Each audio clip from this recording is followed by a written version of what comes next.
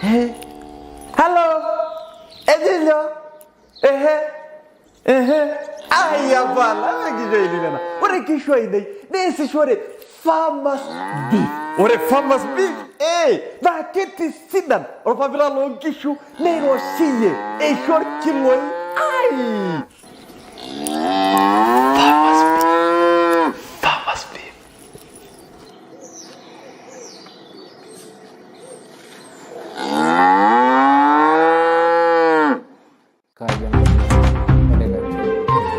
Ekajina no Samson le singiri Sidai TV kajina no mesha kore kile sineli mulo kajian karnai oleh kancel Edward Ekajina no Samson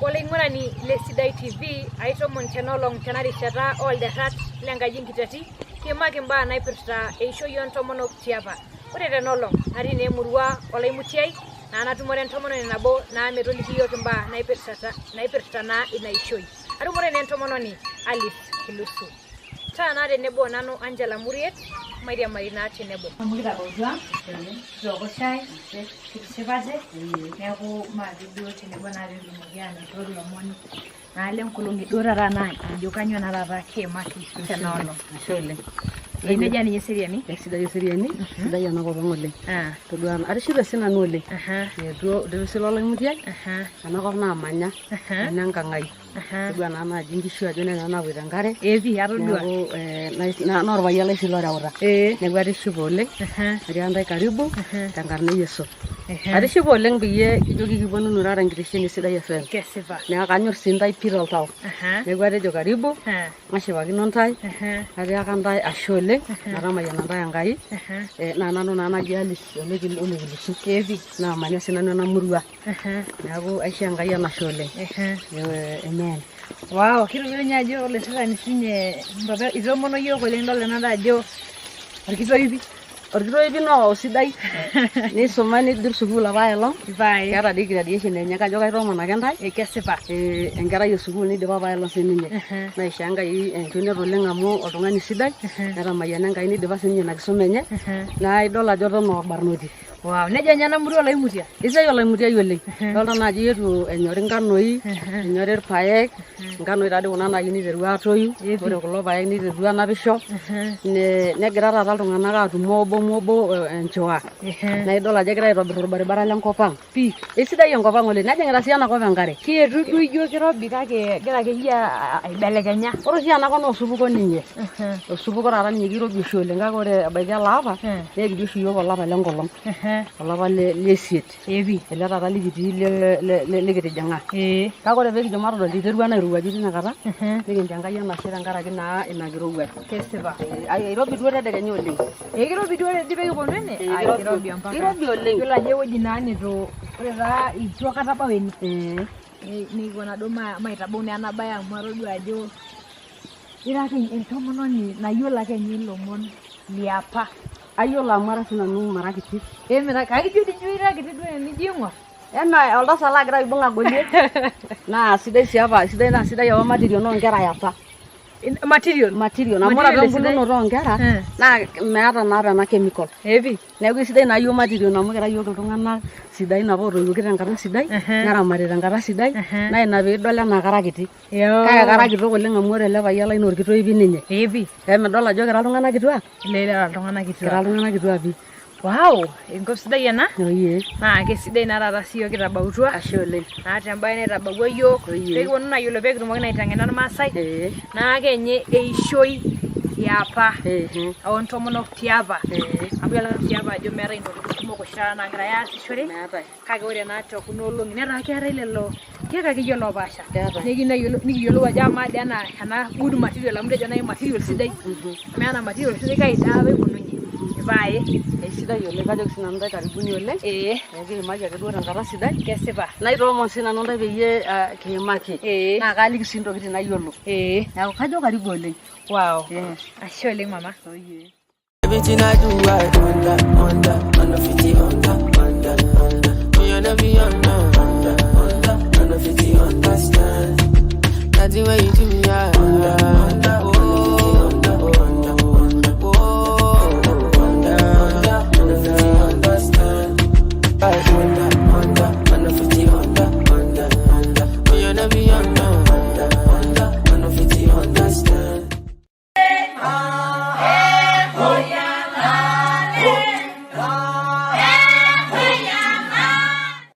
endaa pilau duo kiyera renkolong edo tata renkolong TBT pilau kile yera naje tupiko pilau ang aitobirunye vizuri pilau imeiva.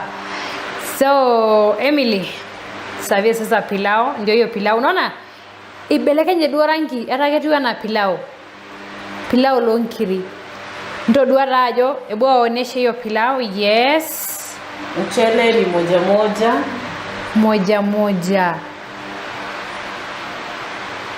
Wow, pilau Elena leo ikiwa ni siku ya kwanza kuipika hii pilau. Na ndio pilau vile imetokea. Ndio kachumbari nina kachumbari ipik nake kando. Pitu mogi naka inosa pilau ngira sinye ainosina kachumbari vizuri. Wala najo todo le pilau ajo etupuko pilau la kera orangi. Sida na pilau sida yoleng. Pilau na tenila anya ila la shepa kino leng. Kesha mshumbi keti poki toki pilau ile. Ngira na itomon iyepo tunakaribisha wote. Karibu. Kwa pilau ya siku ya leo lunch time. Utaonja la? Yes. Sio umeshiba. Ndio ikiwa na anything. Sio umeshiba. Sasa acha tuonje hii pilau. Feel kautamu yake.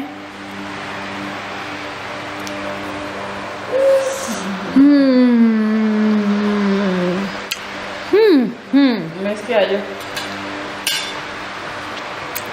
Tamu. Ujaonja nini? Ujaonja kachumbari. Ndio kachumbari lazima ionjwe na kadogo.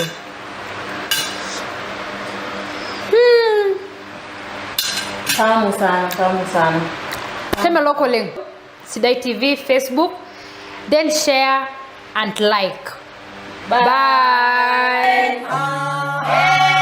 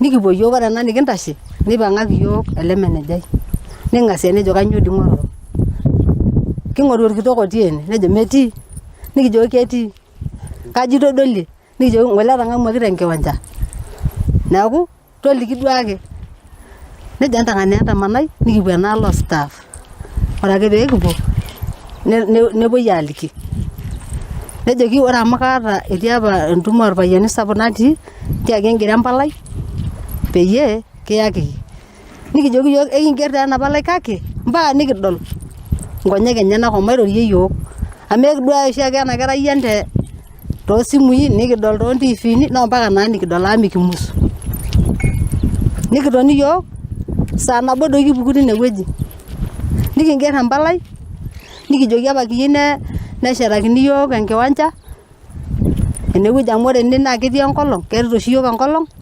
nikintoki ayieu keshetakini yiok inaaji apikaki oloip nikintoki sii ayieu ning'uraki yiok esiai oosaen enikiimie nejo apa kitiakita kiata sii esiai oonkera nikiyieu apa nejoki apa yiok misioki anya nena ootu nejo paa kanyoo iyieu nikijoki mpaka yiok nikijing inyoo nikiponu enkang ino inoolong taa apa ore peetii saai ena tumo enewueji naa tenkaraki yiok nashomo temisa kitotona anaata nji kigira aikunakino inakata neeku ina baye taa apa nayawua ena tumo naa yiok apa naatejo mikiyieu naa tidie wueji kidol ekiyau ntomonok metodua ena kerai ang amu toontiifini edolta iltung'anak kumok kake itu itadoiki ai tomononi ai wueji kura pasa taa peetu kintadoiki oo naa taata kitodua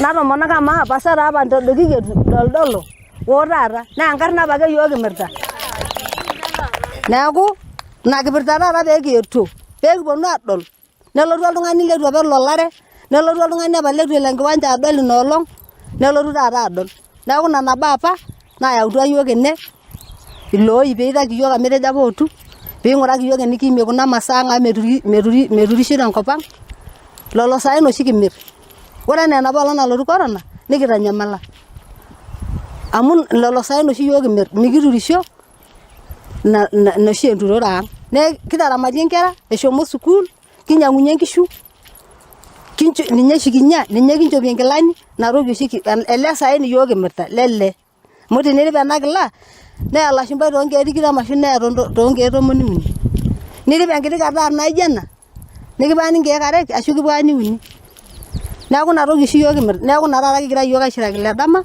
aajoki ina toki kiyieu naa ina pee kietuo naa ina olong kitolikitio nikiyieu sii loip paa tenepuo ntomonok 10 nepuo 5 naa eloip epuo nemelo enkitoo nabo olontomonok inyoo loontomonok pookin inewueji atalek kiyieu sii ena siai oosaen kitiakita apa yiok ng'oru ewueji niimie amu kitoning'o ajo ira oltung'ani loolashumba piing'uraki yiok ore ninye pee kirip nikitum nikintoki airriwaa aikop meneja atiaka neeku ina taa taata ena naitabaiki nanu ine pee kintoki naa aikaja piitoki aitomononi aitoki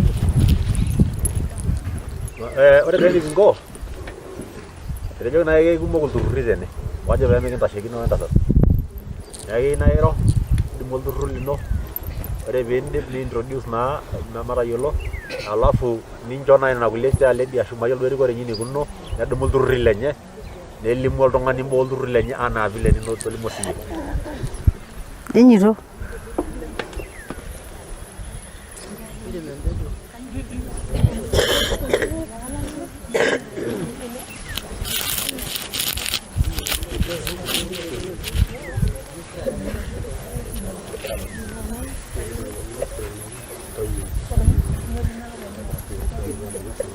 Nyerin dah kabar. Oh, Rudi.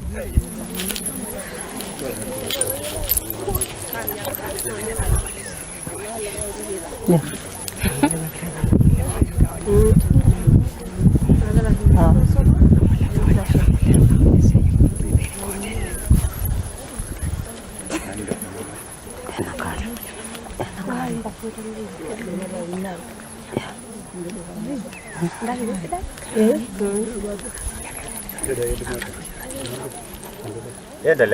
Ore taa kuna tomonok naa ilturruri are tene.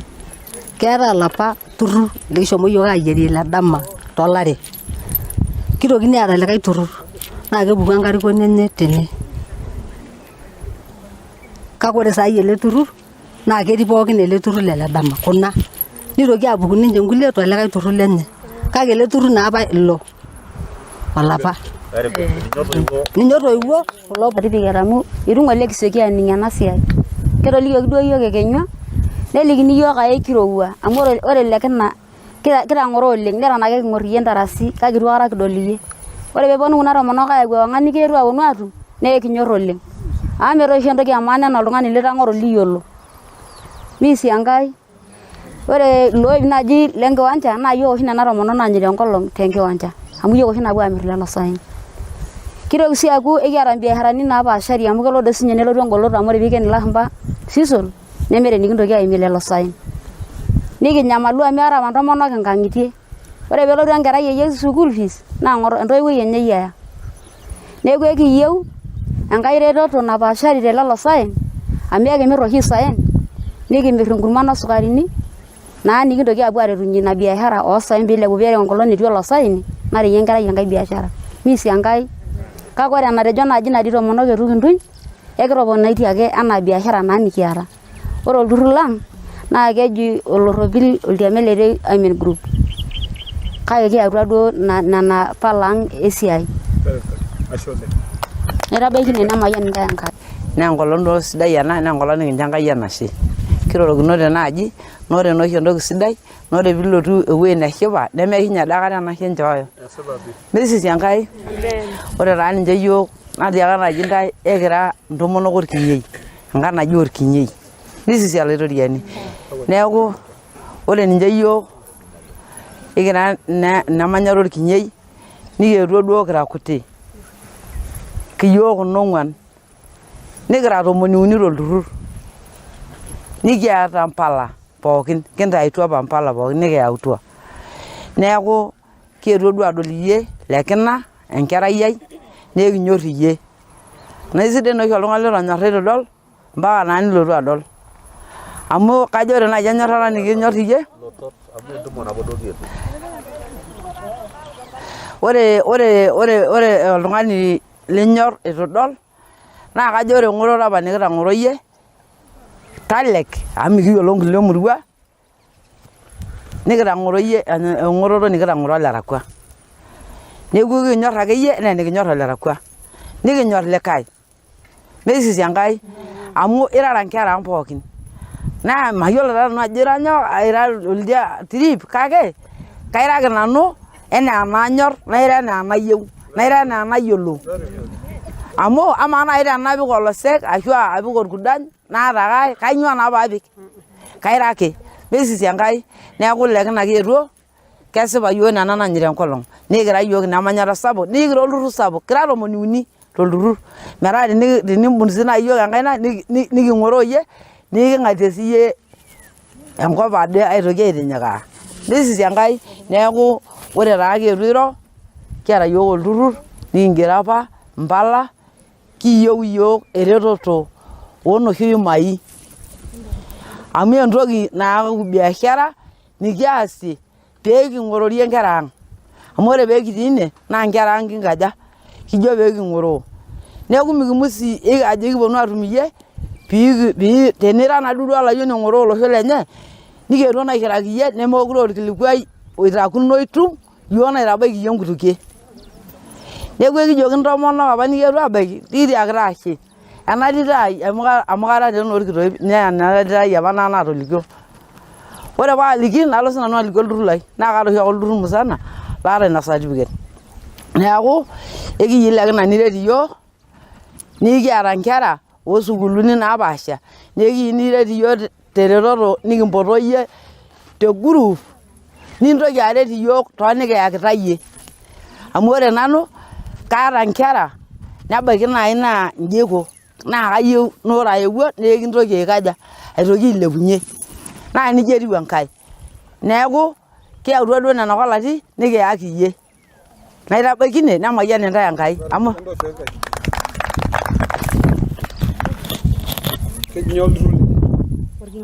Mrs. Enkai ang. Ore taa olturrur lang taa ele naa nayia nanu natejo ore oshi paaning eorita te rendio nashomo Iungwa tenkaraki kanyorr oleng tenaning eorita amu ore oltung'ani oota olola looltung'anak lenye naa kashipa oltau lai. Amu ore taa ilarikok pookin kigira aagelu kake negeluni oltung'ani inoolong ibayie tenigelu aisho kura.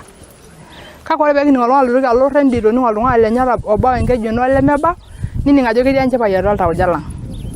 Naa ina paa aning enchipai oleng toltau lai nang'warr oleng paalotu enitii. Iyiok natii naing'ua Siana.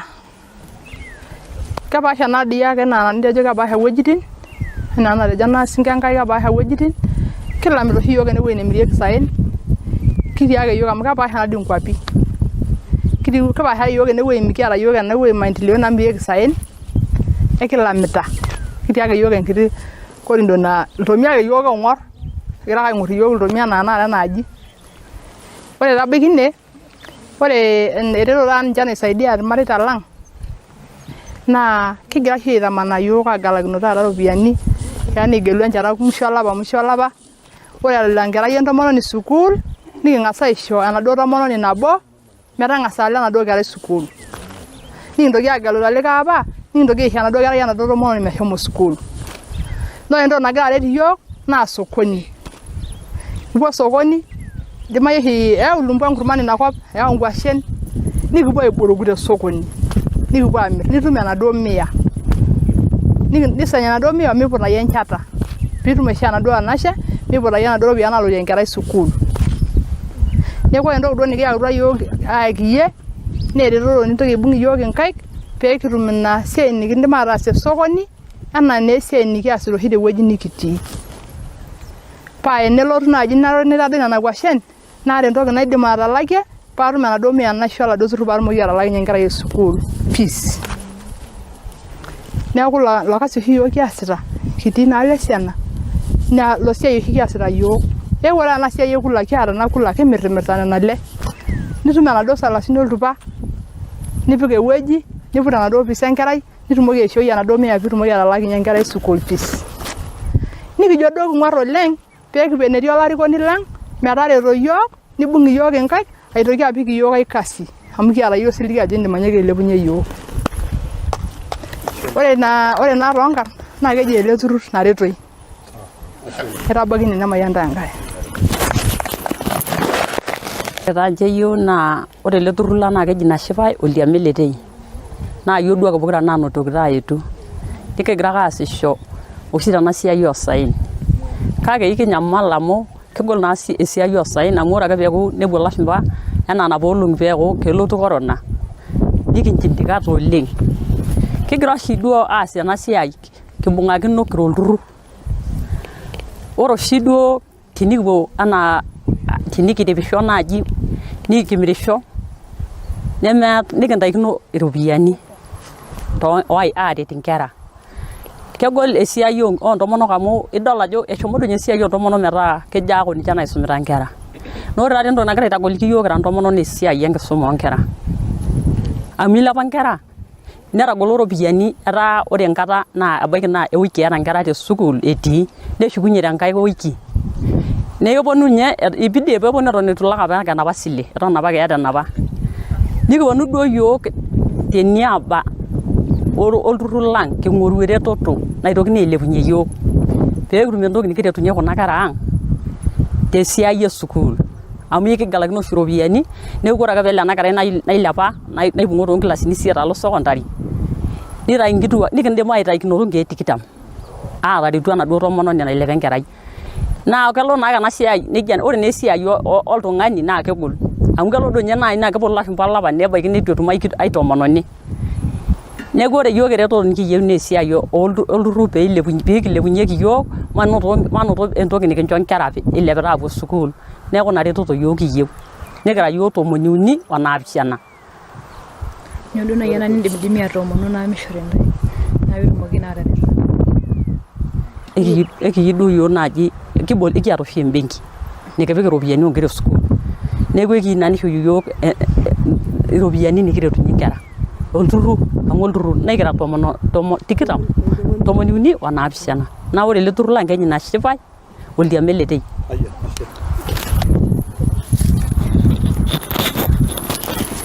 Sidai Enkai aigil basi ore tenkaraki ena rishata sidai naanyaaka Enkai aitabau atejo ore tenkaraki ena rishata sidai naanyaaka Enkai aitabau neton duo ake arrepita Enkai pii amu Enkai noombaa supati esisi Enkai emikitoni enaa iltung'anak oirobi nimikitoni enaa iltung'anak oibaro esidai nikilepie sautini peening'eni nijo taa mikiata sipikani emekiata nkutukie basi ore naa amu kara nanu likae gil naa ina paaigilita ena kiwanja amu kara nanu likae gil te kiama naa kara sii enoo le Kinyaku teinoto naa ina ake pee aigilita ena kiwanja aitu duo ainyang'u nayieu basi ore tenkaraki ena rishata sidai kang'as aaku aawa nanu enkarna sapuk oleng amu aning apake naa iltung'anak oji looshama mara mingi natijing'a nanu nena aata ilturruri sii naa lagira aitasheki nyaaba enye duo leitu etumoki aetu kake ore naa irkirowua najing enchore nairowua iltung'anak amu loirowua naa eyieu enakop aewuo ateshetaki enchore natii oshi nanu telikae amayioo nang'or enchore natesheta irmurran amu mayieu nalo siadi neeku ore tenkaraki aata olturruri lagira aitasheki nyaaba enye amu kaata obo lara olarikoni naata olagira ake aitashe tenyaaba tenkaraki iltung'anak lemetii arikok kake naitashe nanu tenyaaba enye amu nanu terishata naa ina paitashe ajo ekiata naa ilo turrur amu kang'oroo sinanu amu kara ormurrani ong'oroo enchore arashu esirit kagira aitasheki olturrur oji Odupoi Oime Group nagira aitasheki olturrur oji Olamayiana naa ore teilo turrur oji Odupoi naa nanu enkarikoni nanu Shaya Lady kake itu taa ayau nkardasini amu itu anapa amu atii sinanu ng'ole telikae amayioo nalotu tenkewarie najo ore ake peeji kipuoi enkang ele dama najo masupatu mekashom ore ninye enking'asia kagira duo nanu akwenikie toonkarrin amu kairura naa amu ahomo tenkae dama nalotu tenkae kewarie tenkaraki sinanu ena siai natii agira aitasheki oltim loolaranyak aitashe tina nyaaba neeku ore tenyaaba lelo turruri okuni agira aitashe tenkaraki lelo turruri okuni metii ilarikok kake aibung'ita sinanu ena rishata naitabau orkilikuai lenye nchere meetai taa kindipa kingil ake eetai amu itu naa kinapa yiok lelo turruri okuni arashu aare kake eton kingil naake aaponu amu kitayiolito naa enkoitoi nikijo naa ormaasai memany meleeno naa ina paayewuo aleen Kaji nanu Samson Ole Simbiri Sidai TV kaji nanu mesha kule kilesine limu kuna ngoroki walomona te Sidai TV kaji nanu mesha kule kilesine limu lomoni njere shambur minisa yota sheki mbaya yange suma tolosho le Kenya yoloria na Professor George Magoha alawotre malimuni kitwa glosu kuluni pemebwage hapo ironye ndeshuki nkera ndisolaki nenanara nati aburi ashwa ne medi mentoi wenyara like school fees pemebwari nyinkangire nelo meta katalaki na kiropiani na irasheki enkisuma ebalunya Magoha ajo ore netodwake siana onkera kumok na grapo sukuluni engwarita enkisuma kake mera ntoi wenya nkidimana nejo kelo serikali aeroruara na dola jo kepuna na kera abik netume enkisuma to sukuluni takule komon woishoreta enkiroshi nelimu lomoni njere ibalunya na ake imalunye serikali ajo kela yeruruata sheria oltung'ani pookin otumie shoma iromba na enkirikino torpolosie ore sheta nake murua yerorie norete tenebo wankararo ore iltung'ana oshomo shinegira rumurumoro kaji narare tene batolo shoni balunye olote County Commissioner yolotiana Nur Hassan tena batolo shajo kepoya yeruruata poke tongani olaya omba naijo nenkirikino tena bata olosho asho elo polosim otopona dokoya mbaya nkarusho egraya adult tolerance kumoko tulusoitim. Our instructions, which are basically His Excellency the President's instructions, are very clear that every child must be at school. All day schools are free of charge within the walking distance of many children. So any child who has not gone to school should be taken there. I have directed many times that no teacher in this republic should send a child back home from a day school for any charge which is legal. This is because the government of His Excellency Uhuru Muigai Kenyatta has already sent money for running those schools at this particular time. If you must provide lunch for your children and some can't afford, and you are not very nice, then don't give them any food. But you have no right to send them home. I've had reports, and I think we are going to take very firm action against some head teachers and principals who are still doing that. Takule ko mona ke wo ishorita ingiroshi nelimu lomoni njere pwito la keshaka poke no yongorolori kalerai seta raba ya dogo ya wolturuli IBC adura repwita yamba kumoka na pwe na eperta ninche ashona ishoni njeme shomo atu mereshara na pwe ngorunyolori kalerai seta lari lonkalo sunyare wo tikita moare limu lomoni njere wala baikol tibiri lengolene shomo wolturuli IBC aiwanyesi yana wala keshaka orato monare wapogre ngorolori kalerai tangara kiana joe Ethiopia itabaya ingwara tabana yeulo turulia IBC peyetumi ashom aitabai authorized official of the party, and we want to emphasize that certificate must be signed by the authorized official of the party, and I'm sure you've already shared with us who is authorized. Number 3 is that we will require the chairman will also require that you furnish him with a duly filled statutory form, which include Form 12, which you must be familiar now, which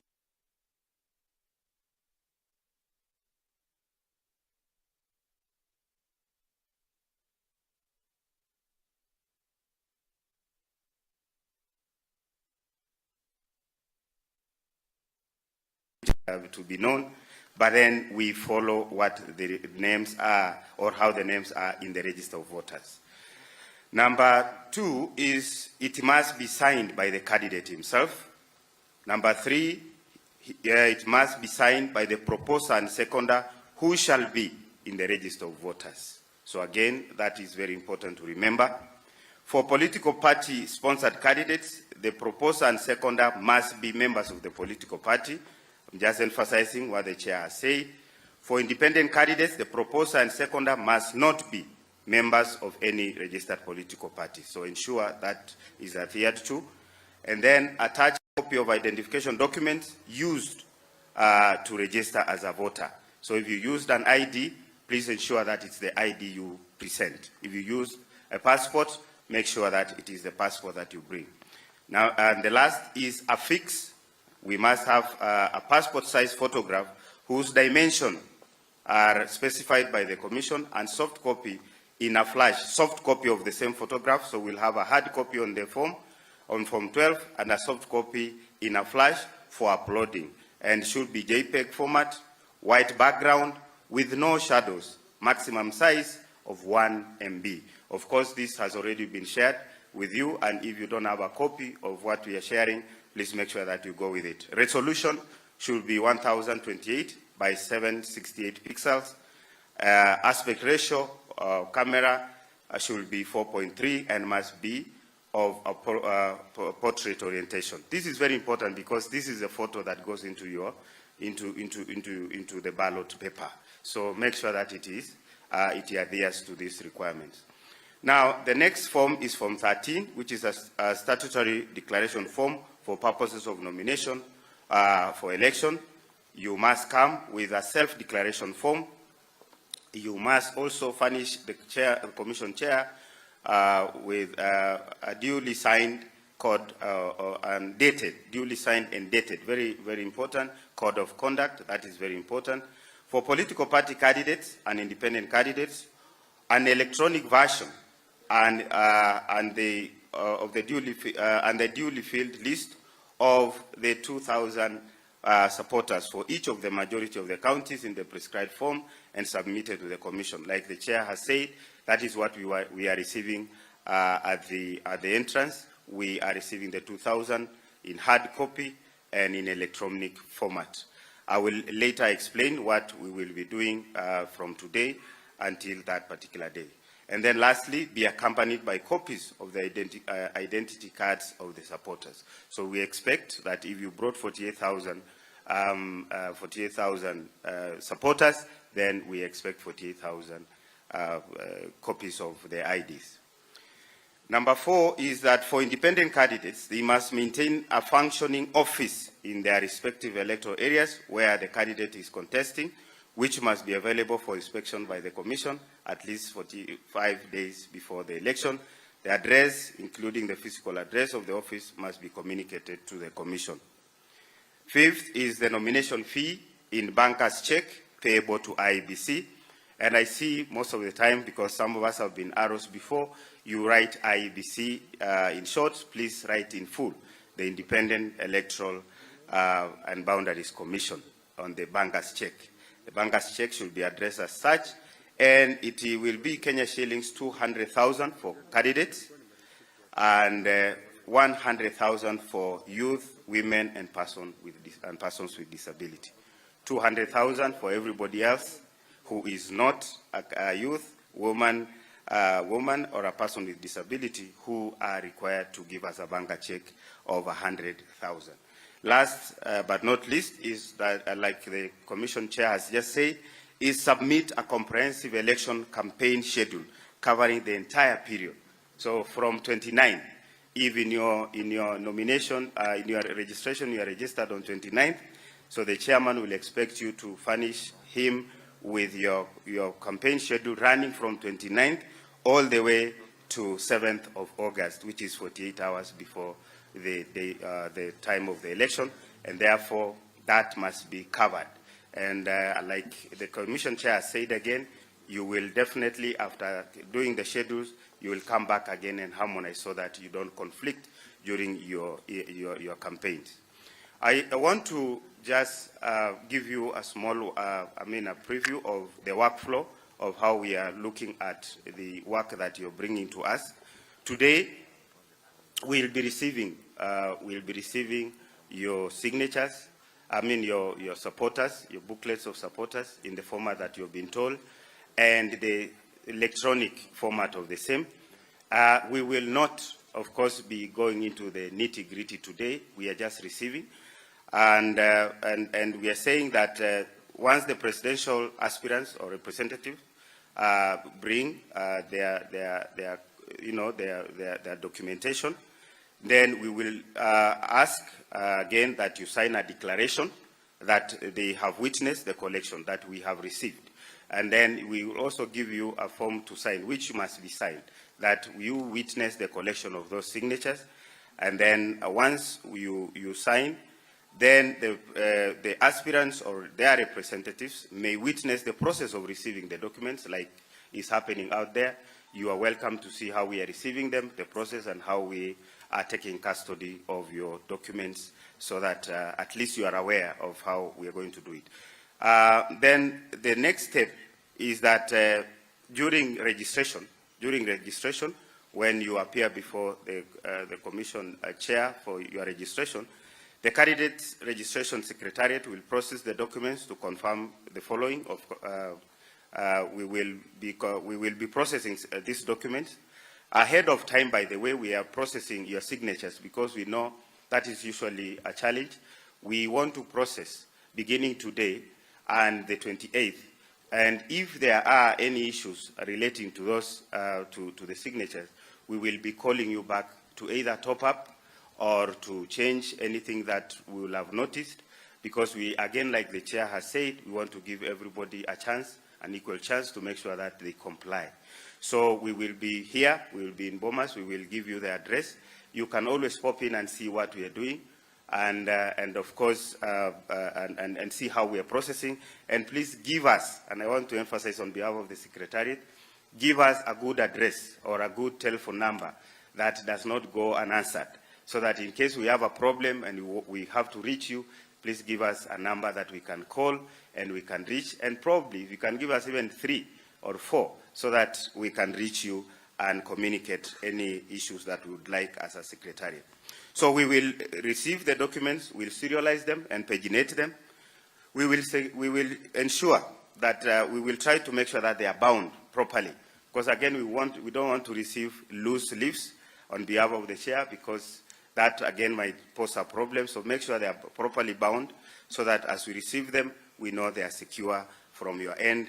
And then the records are, we will look at the records, whether they are complete, whether they have the names are there. We will look at the IDs that are put there. We will look at the county code, if they are captured well, the name of the constituency and the code, and make sure that they are signed, that the proposers, the supporters that you've given us, have all those details, including the signature at the end of it all. Then we will again look at the submitted corresponding copies of identity cards. We will compare and see if the voters have, of course, the supporters presented correspond, the IDs correspond with the signatures that have been given. It's such a Hercule job. If you think you have a lot of work, we are going to go through that, make sure that each entry is supported by a similar corresponding ID, and that is what we have, we are planning to do, so that each of those entries are supported. We are going to confirm the constitutional threshold of 2,000 supporters from majority of the counties, and then, of course, we'll generate a report for the commission chair, who will then, of course, make a decision in as far as what we have received is concerned. Before then, we secure all the documents that you have given us. There will be handing over and taking over checklist, which we'll again provide. So before you leave here, make sure you have signed a handing over, that you have handed over your documents, and our people have received, and you have a copy of the same. So do not leave before you hand over properly all your documentation. Then, of course, we will again make sure that the same is also received by the chairman, who will then deal with the documentation and provide you with the information and feedback as required. So for now, I think I will stop there and wish you well, and hand over the mic back again to DCS, so that we can open another session for any issues regarding what the chairman has said. Thank you very much.